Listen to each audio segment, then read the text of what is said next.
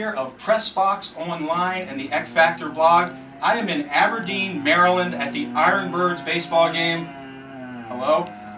Very special guest tonight throughout the ceremonial first pitch. Broken Matt Hardy, TNA Impact Wrestling star. Matt, thanks for joining us. Yes. I have a family, please don't delete me. Oh, well, you know, as long... I must ask you this question. Yes. Are you a Brother Nero? Or are you a subscriber of my Broken Brilliance? Brother Nero's bad, so I'm the other thing. Nefarious. He's nefarious. He's nefarious. Yes. No, I'm not that. Okay, well then you could possibly be safe, as long as you are a loyal soldier in the right side of the Great War. Yes. I'm with it. So I have to ask you, some of the fans that came out tonight, maybe they don't watch TNA, maybe they only know you from back in the day when you teamed with your brother. Oh yes, when I was nearly immortal. Yes. So they probably were in for a big shock tonight. How did they react to you? I don't know. I mean, everyone knows the incident that Brother Nero gave to me during the I Quit match that created my broken condition. And because of this, I now have unlocked more of my mind than most mortal humans do, and I use a high percentage of it. I have unlocked the most potent parts of my mind, and I can do more. I am more. I am magic. See. You and Brother Nero, I know you've had your problems, but it seems like just recently you got back on the same page. So not yet. He is getting there. He is in the midst of a major rehabilitation. Is he still your obsolete mule? He is still obsolete as of now, yes. I mean, I deleted him. And when I deleted him, I took his soul, his spirit, his aura, his essence, everything that made him special. When he was that charismatic enigma, Jeffhardy, that name that it does not exist anymore because I own it. When he was that, he was something very special. But everything inside him, I took away. And now he is nothing more than an empty vessel. Speaking of vessels, I've heard you talk about this. You've been in many vessels throughout your life. That's hundreds of How long have you been around again? Well, people know that the gun vessel I'm in, Matthew Hardy, it was born on September the 23rd, 1974. Yeah. My soul was actually generated, created from the seven deities and the gods on July the 7th, 777. Okay. Is there any chance you and I may have crossed paths at some point? I listened to Chris Jericho's podcast. Yes. I understand. I knew his great-great-great-grandfather. The lumberjack. Yes. Any chance that you and I may have crossed paths where we were in different vessels? I do know I met some ex back in the 18th century, in the 1800s, but I do not know if they were related or not. I would have to reach out and communicate with their souls to see if you were interconnected, intertwined. I do not know. I see. Now this thing has gotten over so huge. The final deletion, it was so innovative. It's gotten over so big that even your you said C. That leads me right to my next question. Your gardener, Senor Benjamin, has even become a big star out of this. So I have to ask you, has he gotten a big head? Is he taking indie bookings now, Polaroids with the fans? How is he handling fame? You know, it's amazing because he's a very humble gardener. Yes. And now that people have seen that he has this amazing gift to create a battlefield for massacre, or to create a battlefield for burial, or to create a battlefield for slaughter, whatever I need him to do, he is very well versed in all of these items. People now want to use him, and he has accepted several bookings, and he's like, oh, am I allowed to do this, Mr. Hardy? I can go outside of doing all of your duties, running your personal zoo, being your gardener, helping you in the kitchen and being a chef. I can also go out and accept these bookings. I said, yes, just come along, make sure you bring plenty of gasoline, bring all the weapons that you put underneath the ring when we prepare the battlefield for massacre, and everything will be fine. I hope you do make more money, because you are a kind man, and I'm very appreciative. He is a lieutenant in my Great War.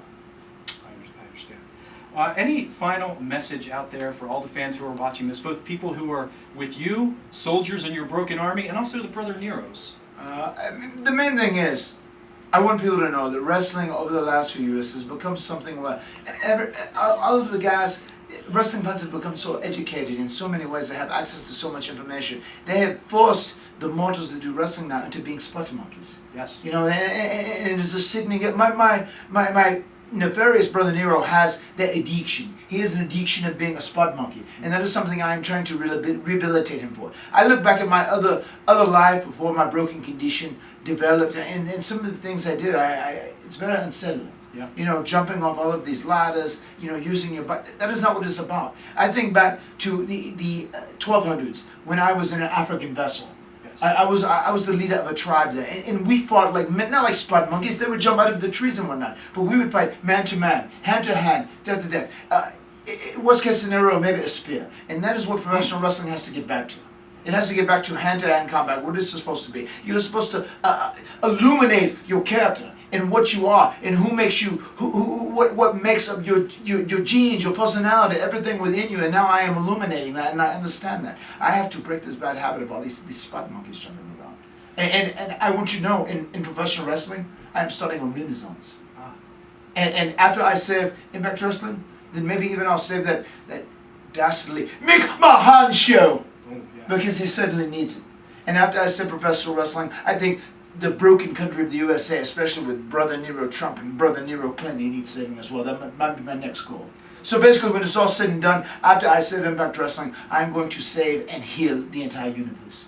You know, that meek man, you know, he laid me off. You know, I used to work up there. Oh, he is a terrible, dreadful man. I'm with you on that. Mick Mahan. Yeah. Well, and he copies my broken brilliance nonstop. Does he? Yes, Meek Mahan does. All he does is plagiarize me nonstop. He pirates my material. He takes his puppets. You know, he has all of his men are all puppets. They are not truly loyal soldiers. He takes the Brother Nero Wyatt and he puts him out in something similar to my segment. And then after that, he takes a Brother Nero Kurt Hawkins and puts him out and gives him facts like I used to use when I was in my former like V1. Yeah. Unbelievable. Mick Mahan knows that my broken brilliance is the Renaissance, and he's trying to jump on the bandwagon as quick as he can. All right, well, Matt, I really appreciate you giving us some time here today, yes. and good luck in the future. See. Okay? Oui. Thanks. Oui. Marvin, keep rolling. We're going to do a second video. That was great, Matt. Good stuff. So now we're going to do... Delightful. Yes, so it was great. I love that you stay in character. Now we're going to do some out-of-character stuff, like some shoot stuff, okay? What is this character that you speak of? Come on. No. I mean, like, now we're going to do, like, a shoot. You know, like a shoot video. Yes, I know what a shoot is. A shoot is what it's real like. My broken brilliance is a shoot. It is the most shoot of all shoots. Okay. No, I mean, can we just, like, can I ask you, like, a real question and get, like, a real answer? Like, who came up with this character? Like, is this something that you dreamed up or TNA created? I just don't understand why you keep using this term character as if I have some sort of mask on. There is no mask. Everything you see is genuine. I am the true face of Hartley. My soul has been unlocked. It inhibits this vessel. There is no other if, ands, or buts about it. Okay. Is this a rib? Because, like, can we... You said... No, are you obsolete? Do you wish to be deleted? If you continue this line of questioning, I will delete your ass! Yeah! Oh, okay. yes. Right, I'm reading your thoughts. I hope not. You're a little afraid. A little bit. Blood type B. Yes. I didn't know that. Okay. I can smell it. All right. Well, and I can feel your adrenaline level spike. Yeah, you are afraid. Yes, you bit. feel it within you. Yes, so, yes. Right. You know what? This was great, but it's now starting to insult like my viewers. This is going to insult their intelligence. Oh, the viewers that probably enjoy the flips of the spot monkeys. Yes, probably. I'm sure they do. But actually, Matt, you know, it's actually starting to insult my intelligence. So easy. We're not gonna. Yes. Next thing you're going to tell me is I got a little hot dog over here. Next thing you're going to tell me is that you really don't like mustard. You know, you do that little thing where you hate mustard. So I figured since you would do this interview with me, I would get you a nice hot dog. Extra Certainly. mustard. Would you like that? Someone like you, who is nothing more than who's nothing more than a mortal, wouldn't dare to have the audacity to commit a blasphemy, to commit a sacrilege, and bring this mustard in front of me. I certainly do not believe this is mustard. And if it is mustard, then I promise you, you will regret it. Matt! Ah! What are you doing? Ah! No! Ah! Ah! Ah! Ah!